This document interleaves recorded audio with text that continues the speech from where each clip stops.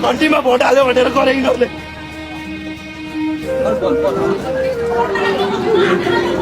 दर्शकवृन्द, वास्तवमै एउटा करुणा दया व्यवहारिक कुरा एकातिर छ। जनताहरूले समय पाएनन् सार्न, तर वास्तविक जनतालाई सूचना पुर्याउने यहाँ घरबेटी कतिपय हुन्छन् अथवा आफ्नो भाडा आइहाल्छ भनेर कतिपयले बेलैमा व्यापारीलाई सूचना नदिएको पनि हुनसक्छ।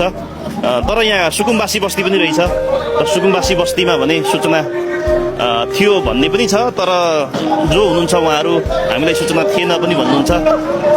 हामी एउटा कमाइ मान्छे आएर यहाँनिर बसिरहेको देख्न नसक्ने। कति वर्षको बसेको तपाईँहरू? 20 वर्ष त मै जन्मेको भइसक्यो। म जन्मिनुभन्दा अगाडिदेखि गयो।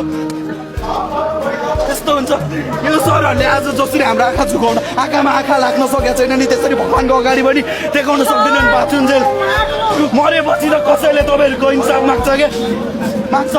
मरेपछि त माग्छ तपाईँहरूको कसैले। त्यो दिन देख्छ तपाईँहरूले नि। खराब लाग्यो तपाईँहरूलाई, खराब लाग्यो।